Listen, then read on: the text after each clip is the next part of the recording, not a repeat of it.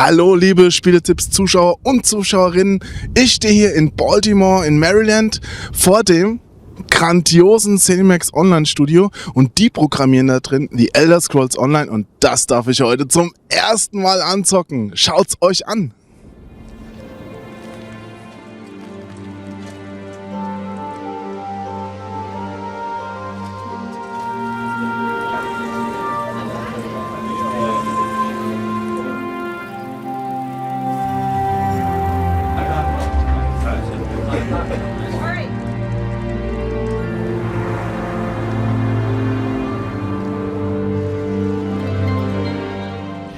My name is Nick Conkle. I'm the lead gameplay designer, which means my team is responsible for combat, monsters, progression, and first person.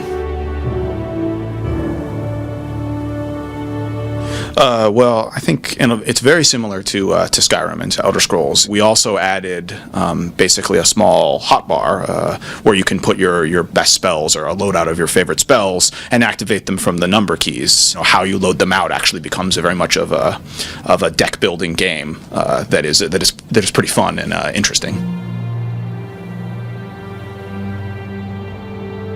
So as far as what people tend to be familiar with, Morrowind, Oblivion, and Skyrim, all of the provinces that are in those games are also in our game.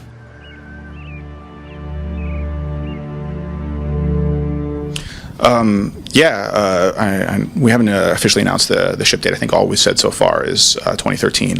We want to make sure that we have regular content coming out. So some examples of that are things like extra stories for Thieves Guild and Dark Brotherhood and things that people will really be excited to see in the initial sets.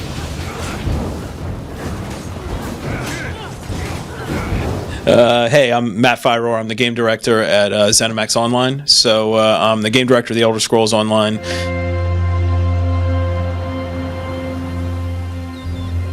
The starter area that you played didn't have so many of these things, but when you get out to level 5 and above, every zone has flowers you can pick. They all play into the crafting system. But not only that, when you're in towns and villages and houses, you can pick things up out of barrels and crates, apples and fruit and things like that, and all of that you can use in the crafting system. Crafting system is an interesting point. Can you explain it in 2 or 3 sentences? Every crafting system has 2 or 3 ingredients.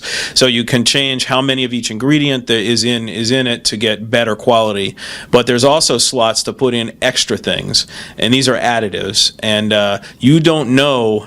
You have to experiment to get the right additives, and if you get the right ones, you can get some really good magical stuff. If you don't put the right ones in, you can ruin everything.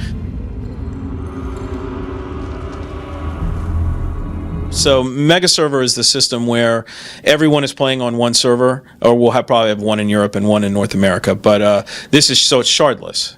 And the game is pretty smart. If you have a friends list, I click play, it'll see where I logged out, and if that was, say, Morrowind, it'll put me in Morrowind, and it'll look and see if anyone on my friends list is in Morrowind, and if it is, it'll put me with them in the same instance as they are.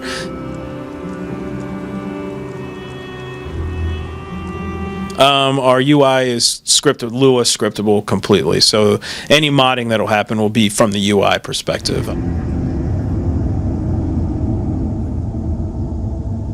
For the beginning, we don't want to let too many in because the game's not ready for it yet, but over the course of the summer, we'll start to let in tens of thousands of people, so hopefully some of them will get in by then.